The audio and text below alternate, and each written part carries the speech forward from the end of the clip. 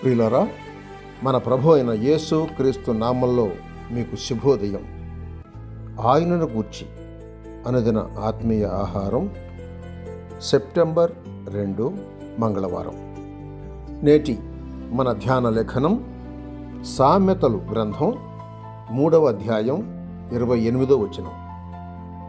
ద్రవ్యము నీ యొద్ద నుండగా రేపు ఇచ్చేదను పోయిరమ్మని నీ పొరుగువానితో అనవద్దు. వ్యాఖ్యానాంశం: రేపు అనేది గొప్ప రోగం. వ్యాఖ్యానాంశం: రేపు అనేది గొప్ప రోగం. వ్యాఖ్యానం: రేపు అనడం గొప్ప రోగం లాంటిది. రేపు ఏమి సంభవించునో తెలియదు కనుక దానిని గూర్చి అతిశయించుట తప్పే. సామెతల గ్రంథం 27వ అధ్యాయం 1వ వచనం: చెయ్యవలసినది ఇప్పుడే చేయండి, ఇవ్వవలసింది ఇవ్వండి, మన్నించుకోవలసింది మన్నించుకోండి, విడిచిపెట్టి మానవలసింది విడిచిపెట్టి మానండి. దీనిని బట్టే యెహోవా నిర్గమకాండం 22వ అధ్యాయం 29వ వచనంలో నీ మొదటి సస్యద్రవ్యములను అర్పింప తడవు చేయకూడదు అని పలుకుతున్నాడు. తడవు చేస్తే కార్యం జరగదు అని యెహోవా మన బలహీనతలను ఎరిగి ఇలాగు సెలవిచ్చాడు. అంతేకాదు, సువార్తయే ఒక గొప్ప ద్రవ్యం. అది మీ యొద్ద కలదు.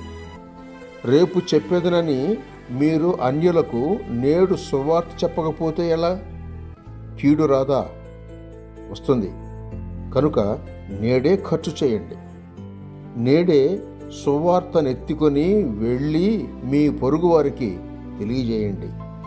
గొప్ప అవసరం ఉంది. సర్వలోకమునకు వెళ్ళి సర్వ సృష్టికి సువార్తను ప్రకటించుడి అని ఆయన అప్పుడే సెలవిచ్చిన ఆ ఆజ్ఞను నేటికి రద్దు చేయలేదు. మీరెందుకు వెళ్ళి పక్క ఇంటి వారికైనా ఆ నిజమైన ద్రవ్యం ఇవ్వలేదో నాకు తెలియటం లేదు. నిజమైన ధాన్యం నీ తావున ఉన్నది. దానిని మీరు బిగబట్టితే జనులు ఒక కాలమున నిన్ను శపించెదరు అని సామెతల గ్రంథం 11వ అధ్యాయం 26వ వచనం అంటోంది. కనుక నేడే మీ నడుం కట్టుకొని పూనుకొని పాదము నిలిపి సువార్త చెప్పటంలో ముందుకు సాగండి. ప్రభువు మీకు తోడై ఉంటాడు. అయితే ఆరంభమున ఒక సందేహం తీర్చుకోండి. అదేమంటే, మీరు రక్షింపబడితిరా లేదా? సహోదరుడు సైలస్ ఫాక్స్. శుభములతో వందనాలు.